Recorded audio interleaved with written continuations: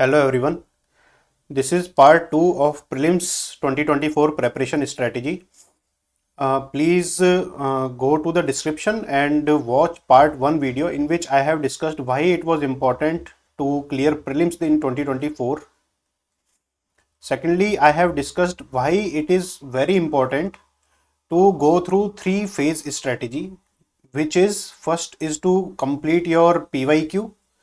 Second is to complete your static syllabus. Then third is the current affairs, how to prepare your current affairs. Okay. First is PYQ. Second is static. There are 6 subjects. Then third is current affairs. And how to do current affair, from which sources you can do current affairs, please watch part 1. So in this part 2 strategy, we'll discuss two things majorly. The first is how to revise and how to make notes. These two are the most important things that you have to do into your UPSC preparation, which will lead you towards success. Now coming for revision. Why revision is important? In first part, I have discussed like to complete your 6 subjects. 6 subject means polity, history, geography, environment, economics, science and tech. Okay. Then there are 3 portion of history like ancient, medieval and art and culture. Okay. And modern. So every subject is divided into various subparts. So that is a different thing. But there are majorly 6 subjects that are there. So what would be your revising strategy? Revision strategy means you have to revise 3 times. 3 times. But only 5.5 months left for prelims exam. So how would you revise basically? Okay, 3 times. So first time you have to complete the things. So complete the things means till 30th of March. Make it your plan that you will complete all these 6 subjects. सारी की सारी 6 subjects को आप 30 मार्च तक complete कर लेंगे. ठीक है. उसमें चाहे 3 to 4 वीक्स पर सब्जेक्ट आपको देने पड़े, आप दीजिए. ठीक है. इससे ज़्यादा नहीं देना है. इससे ज़्यादा अगर दोगे तो कोई भी सब्जेक्ट मिस हो जाएगी आपकी. ठीक है. तो 30th मार्च तक आप इसको सारी सब्जेक्ट्स को कंप्लीट कर लेंगे, वन टाइम कंप्लीशन. ठीक है. अगर आपने पहले कर रखी है तो दोबारा से एक बार और अच्छे से डिटेल में जाके कंप्लीट करेंगे, है ना.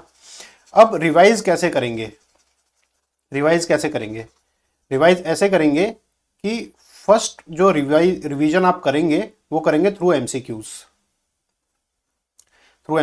जो भी आप टेस्ट सीरीज लेंगे उसमें आप ये इंश्योर करेंगे कि 400 to 500 questions I will do. ठीक है. आफ्टर दैट इन क्वेश्चंस में जो भी आपके डाउट्स आ रहे हैं वो आप वापस से बुक में जाएंगे, स्टैटिक बुक में, वहां पे मार्क कर लेंगे कौन से पैराग्राफ में ये डाउट आया है. अगर बुक में नहीं है वो क्वेश्चन जहां पे आपको डाउट आया है तो आप एक A4 शीट ऐड करेंगे और उस चैप्टर के अराउंड जिस चैप्टर से वो क्वेश्चन आया है वहां पर उस A4 शीट को अटैच कर देंगे. ठीक है. या फिर जो भी बुक में जो भी ब्लैंक स्पेस रहता है ऊपर या नीचे, उस ब्लैंक स्पेस में आप जो है जो भी आपका डाउट है उसको लिख देंगे. ठीक है. इस तरीके से आप करेंगे. दूसरा है रिवाइजिंग करंट अफेयर्स. अब जैसे मैंने बोला था करंट अफेयर प्रिपरेशन करने की पार्ट 1 में एक स्ट्रैटेजी बताई थी, उस स्ट्रैटेजी को थोड़ा सा मैं बता देता हूं कि मान लो आपकी एक 100 पेजेस की मंथली मैगजीन है. ठीक है. और आपने न्यूज़पेपर भी पढ़े हैं डेली के, है ना. अब न्यूज़पेपर से तो डेली के नोट्स नहीं बनाने हैं आपको, क्योंकि आपको नहीं पता इंपॉर्टेंट क्या है, वो मैगजीन आपको बताएगी इंपॉर्टेंट क्या है. अब आपका ये काम है कि ये जो 100 पेज की मैगजीन है इसको 30 पेजेस में आप एक क्लासमेट कॉपी में उतार दें. कैसे उतारोगे कि जो 2 से 3 पन्ने का आर्टिकल है उसको आप हाफ पेज में लिखोगे. ठीक है. उसको हाफ पेज में लिखोगे. अब क्या क्या लिखना है आपको बस थोड़ा सा what why how concept cover करना है. What why how. ठीक है. जो कि रैंडम फैक्ट्स हैं, रैंडम स्कीमेटिक्स हैं, डायग्राम्स हैं, आर्ग्यूमेंट्स हैं. ठीक है. वो सब नहीं लिखना है. ठीक है. रोट लर्निंग नहीं करनी है. कोई भी टॉपिक में आपको व्हाट समझ में आ रहा है, क्या है और ये क्यों हुआ है और कैसे हो रहा है. अगर आपको सिर्फ इतना 3 चीज समझ में आ रही है, ठीक है, तो इन 3 चीजों में आपको कंप्लीट वो करंट अफेयर की यूटिलिटी हो जाती है. यूपीएससी ज़्यादा डिटेल में नहीं जाता है, करंट अफेयर को सिर्फ सरफेस पे पूछता है. सिर्फ सरफेस पे पूछता है, क्या आपको इसका आइडिया है कि नहीं। अगर आपको आइडिया है तो उस चीज़ को आप कर सकते हो, ज़्यादा डिटेल में नहीं जाता यूपीएससी, है ना। तो एक general idea, general gut feeling बनानी है, और अगर इससे ज़्यादा डिटेल में जाए तो क्वेश्चन छोड़ देना है, सीधी सी बात है, इससे डिटेल में नहीं जाना है। अगर कोई मैगजीन आपको लगता है कि ओवरली डिटेल्ड है तो उस मैगजीन को मत पढ़ो, सिर्फ वो मैगजीन पढ़ो जिसकी लैंग्वेज सिंपल है और इजी टू अंडरस्टैंड है। अगर आप ऐसे करोगे, ठीक है, तो 30 पेजेस में, अगर आप 30 to 40 पेजेस में एक कॉपी में अपना 1 मंथ का करंट अफेयर कंसोलिडेट कर देते हो, ठीक है, तो आप 10 मंथ्स का करंट अफेयर करोगे ना तो 300 to 400 पेज लगेगा, मतलब एक मोटी Classmate copy. Only one copy you will have to revise whole current affairs whatever is coming into your exam, ठीक है। अब एक कॉपी बस रिवाइज करनी है, आपको 10 मैगजीन लाके, इतनी मोटी मोटी मैगजीन, इतना बड़ा हो जाता है, उस मैगजीन को कवर नहीं करना है आपको, बस ये कॉपी जो आप बनाओगे खुद से वो कॉपी कवर करनी है। और जब आप नोट्स बनाओगे ना तो आपको ये आइडिया रहेगा कि ये चीज़ इंपॉर्टेंट है, सिर्फ आप उसी को लिखोगे तो आपका माइंड बेटर काम करेगा। जस्ट पैसिव रीडिंग से अच्छा है कि आप उसको समझ के आप अपनी लैंग्वेज में उसको शॉर्ट में लिख दो, ठीक है। इस तरीके से आप लिखोगे तो आपके नोट्स इजीली बन जाएंगे। ये तो हो गई हार्ड कॉपी के नोट्स। आप इसको एवर नोट में भी बना सकते हो, ठीक है। आप सॉफ्ट कॉपी नोट्स भी बना सकते हो जिसमें कि आप छोटे छोटे आर्टिकल्स अपने से लिख दो, ठीक है, जो कि इंपॉर्टेंट हैं, और वो सब्जेक्ट वाइज आप सॉर्ट कर दो, ठीक है। इस तरीके से आप करोगे तो एवर नोट में भी नोट्स बना सकते हो। बट आई वुड सजेस्ट कि आप हार्ड कॉपी में नोट्स बनाएं, क्योंकि ये काफ़ी लिमिटेड अमाउंट स्पेस रहता है कि आप हार्ड कॉपी में इजीली अपने नोट्स बना सकते हो। और करंट अफेयर में जैसे कि मैंने बताया था 3 आवर्स पर डे से ज़्यादा नहीं देना है, तो 3 आवर्स पर डे में इजीली आपके नोट्स भी बन जाएंगे और आपका न्यूज़पेपर भी रीड हो जाएगा। 1 घंटे में न्यूज़पेपर पढ़ेंगे, 1-1.5 घंटे में आप जो है रीडिंग करेंगे अपने उसकी, और हाफ एन आवर्स में आप जो भी आपने रीड किया है उसको कंसोलिडेट कर देंगे। अब 1.5 घंटे में क्या पढ़ेंगे, 2 से 3 आर्टिकल आपको डेली पढ़ने हैं किसी भी मैगजीन के, ठीक है। इस ऐसे करेंगे तो इजीली आपका 15 डेज में एक मैगजीन कवर होगी डेली 3 आवर्स करके, और 1 मंथ में 2 महीने की मैगजीन होगी। आपके पास 5 महीने हैं तो इजीली जून से लेके अप्रैल तक आप सारे करंट अफेयर इजीली कर सकते हैं, ठीक है। अब बात आती है रिवाइजिंग टेस्ट सीरीज की। ये बहुत इंपॉर्टेंट पोर्शन है कि जो लोग 90% 99% बच्चे नहीं करते हैं कि वो टेस्ट सीरीज को रिवाइज नहीं करते हैं। वो टेस्ट दे आते हैं, उसके सॉल्यूशंस पढ़ लेते हैं एंड दैट्स इट, उसके बाद टेस्ट को नहीं रिवाइज करते हैं। अब टेस्ट सीरीज को रिवाइज करने का बहुत इंपॉर्टेंट जो फंडा है वो ये है कि मान लो 50 क्वेश्चंस का टेस्ट है, ठीक है। अब 50 क्वेश्चंस में आपने सारे क्वेश्चन अटेम्प्ट किए, let say if you are a person who like who are well read, तो आपने सारे क्वेश्चन अटेम्प्ट किए और उसमें आपके 30 सही हो जाते हैं, 30 क्वेश्चन सही हो जाते हैं लेट से। अब 30 क्वेश्चन सही हो गए तो उसमें 20 आपके गलत हो गए, ठीक है। बी 30 क्वेश्चन सही है तो 20 क्वेश्चन आपके गलत हो गए, ठीक है। अब इन 20 क्वेश्चंस को आप कैसे करोगे? इन 20 क्वेश्चंस को आपको करने के लिए पहले तो आप मॉडल आंसर पढ़ोगे, ठीक है। जब आप मॉडल आंसर पढ़ोगे तो उसके बाद क्या होगा? मॉडल आंसर पढ़ने के बाद, मॉडल आंसर पढ़ने के बाद आपको यह पता लगेगा कि इन क्वेश्चंस में आपने क्या क्या मिस्टेक करी थी, ठीक है। अब आपको अपनी मिस्टेक्स पता लगी इन 20 क्वेश्चंस में। अब उन मिस्टेक्स को आप एक एक करके लिख दोगे 1 2 3 4 उस कॉपी में। एक कॉपी बनाओगे क्लासमेट की, ठीक है, 400 पेजेस की, ठीक है। और ये जो आपने 20 रॉन्ग क्वेश्चंस किए ना, इनको 1 2 3 4 करके आप लिख दोगे, है ना। जब इन क्वेश्चंस को आप लिख दोगे 20 के 20 को, फिर आप जो 30 क्वेश्चंस आपने सही किए हैं उसमें भी कुछ डाउटफुल रहे होंगे जहां पे आपके डाउट्स रिजॉल्व हो गए होंगे, ठीक है। और कुछ डाउट्स ऐसे होंगे जो आपने तुक्का मारा होगा लेकिन वो क्वेश्चन सही हो गया, तो उन क्वेश्चंस को भी लिखोगे। तो मोर और less in 50 questions you will have 30 to 40 doubts, ठीक है। अब 400 पेज की कॉपी आपने बनाई है, एक टेस्ट लिखा है, ठीक है, 50 क्वेश्चंस का, जिसमें आपके 30 to 40 डाउट्स आ रहे हैं, ठीक है। और इन 30 to 40 डाउट्स में आप 10 डाउट्स पर पेज लिख रहे हो, 10 डाउट्स पर पेज लिख रहे हो। लेट से आप 7 to 10 डाउट्स पर पेज लिख सकते हो इजीली, ठीक है। तो आपका एक टेस्ट जो है 3 to 4 पेजेस में कवर हो जाता है। आपका एक टेस्ट जो है 3 to 4 पेजेस में कवर हो जाता है। और अगर आप 100 पेजेस का टेस्ट दे रहे हो, क्योंकि मोस्टली कोचिंग्स जो है 100 क्वेश्चंस का टेस्ट देती हैं, तो 100 क्वेश्चंस का टेस्ट अगर आप दे रहे हो तो कितने पेजेस में कवर हो जाएगा? Not more then 8 to 10 pages, ठीक है, 10 पेजेस पर टेस्ट, 10 पेजेस पर टेस्ट आपका कवर हो जा रहा है। अब आप ये देखो, नोटिस करने वाली ये चीज़ है कि अगर आप 30 टेस्ट की टेस्ट सीरीज ले रहे हो और हर टेस्ट में जो है 100 क्वेश्चंस है, ठीक है, और 30 टेस्ट की टेस्ट सीरीज है, तो और एक टेस्ट में जो मॉडल आंसर्स होते हैं उस टेस्ट सीरीज के, वो नियरली 30 टू 40 पेजेस के रहते हैं, ठीक है। तो आपके पास कितने पेजेस हो गए? 1000 पेजेस टू रीड हो गए if you are revising the test series. तो इतना आप नहीं कर पाते, इसलिए आप रिवाइज नहीं करते। तो मैं ये बता रहा हूं कि जो ये 30 टू 40 पेजेस का टेस्ट है ना, आप इसको अपनी कॉपी में 10 पेजेस में समेट दो, 10 पेजेस में समेट दो। और 30 टेस्ट है और 10 पेजेस, तो 30 इंटू 10 कितना हो गया? 300 पेजेस। तो 300 पेजेस जो आपकी क्लासमेट की कॉपी होगी, तो एक कॉपी में आप पूरी की पूरी टेस्ट सीरीज समेट सकते हो इजीली। उसमें क्या करना है, जो भी क्वेश्चन में जो डाउट है सिर्फ वही डाउट लिखना है, पूरे उसको उतारना नहीं है मॉडल आंसर को।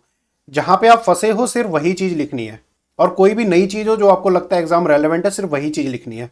तो मैं ये बताऊंगा कि एक कॉपी आपकी करंट अफेयर की बनेगी, 1 copy of current affair and 1 copy of आपकी टेस्ट सीरीज रिवीजन की। तो सिर्फ 2 कॉपी में आप पूरा का पूरा सिलेबस रिवाइज कर सकते हो इजीली। करंट अफेयर और टेस्ट सीरीज सिर्फ 2 कॉपी बनानी है आपको।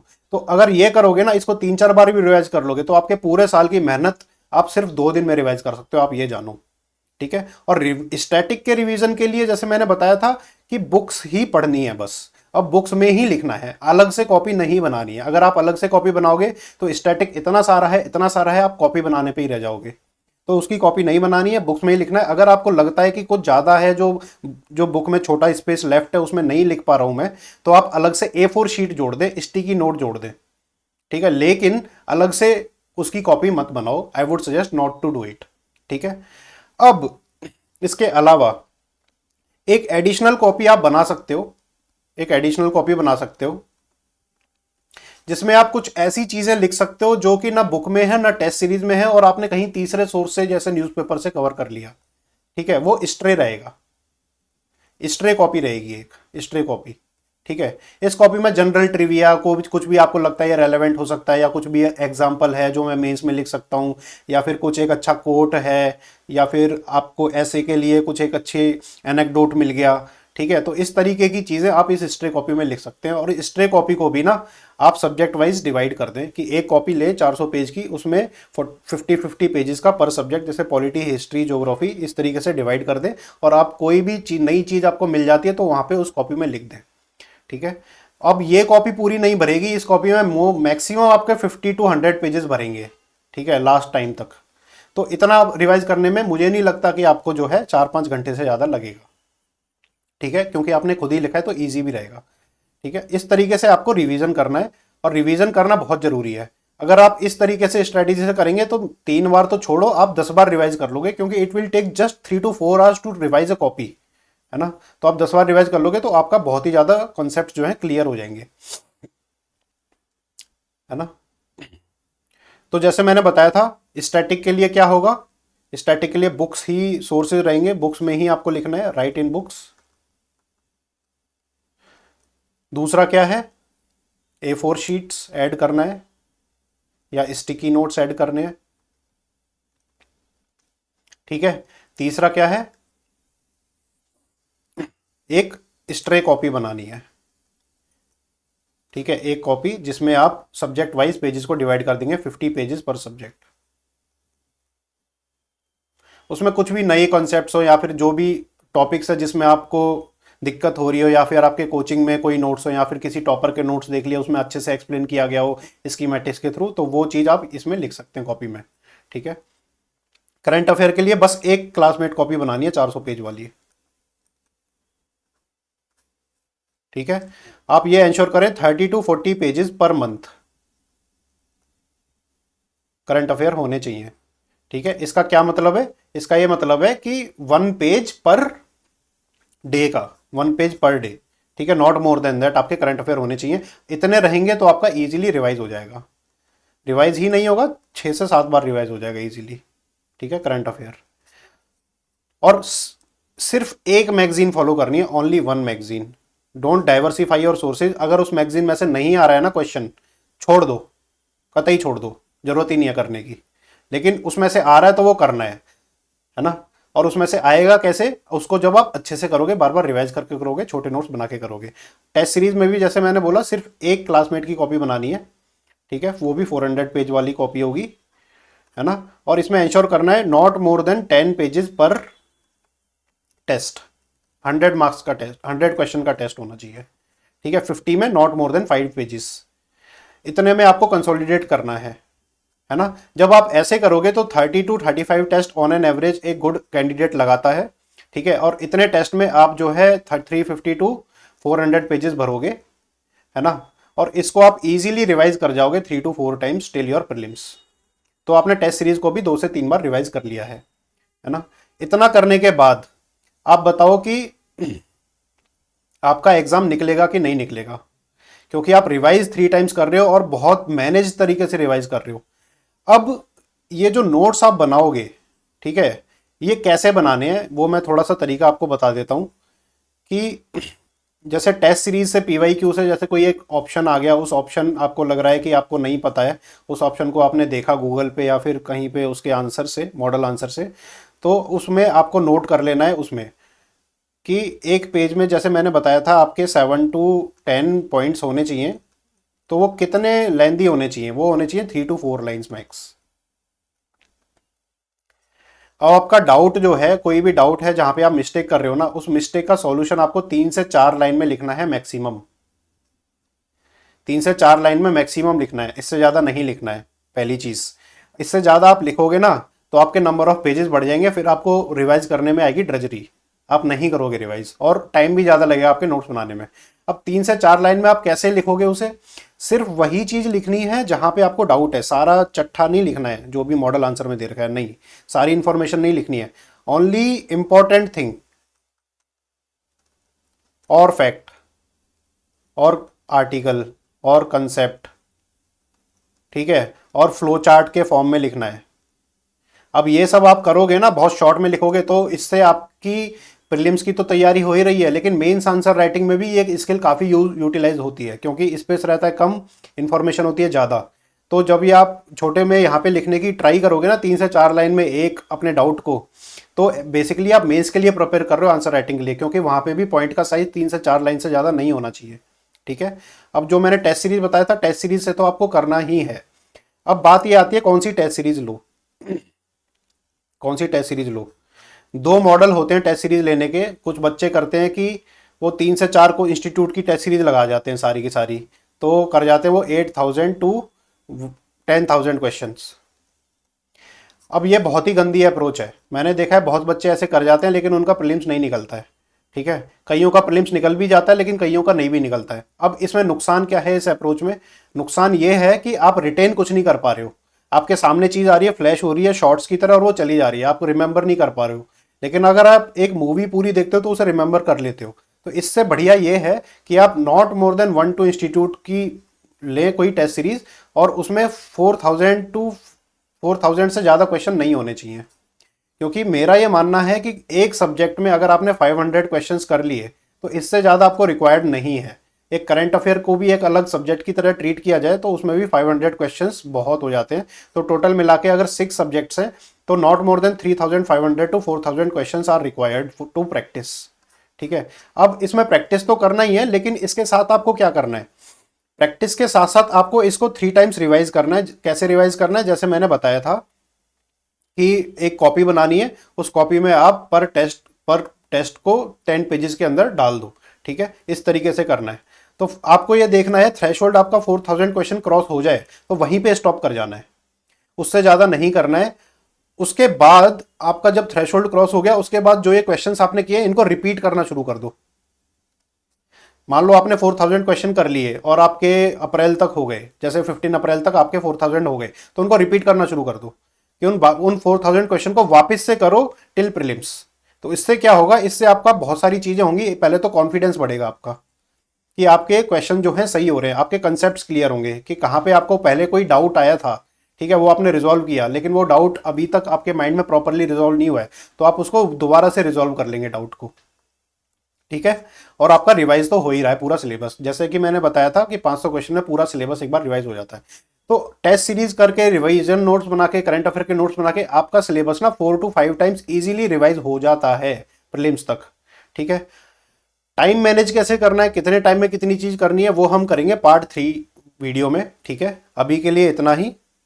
और इस चैनल को प्लीज सब्सक्राइब कर लें, क्योंकि strategy for optionals for mains मैं देता रहूंगा, important topics for prelims future में देता रहूंगा। और दूसरी चीज़ यह है कि टेलीग्राम चैनल डिस्क्रिप्शन में दिया हुआ है, उसमें डेली पीवाईक्यू प्रीलिम्स के और डेली पीवाईक्यू मेंस के पोस्ट होते हैं और उनके डिस्कशन वीडियोस होते हैं बहुत अच्छे से। ठीक है, आप उसको प्लीज़ सब्सक्राइब कर लें। ठीक है, और डेली के लिए आपने मेहनत को बढ़ाएं, है ना। Thank you.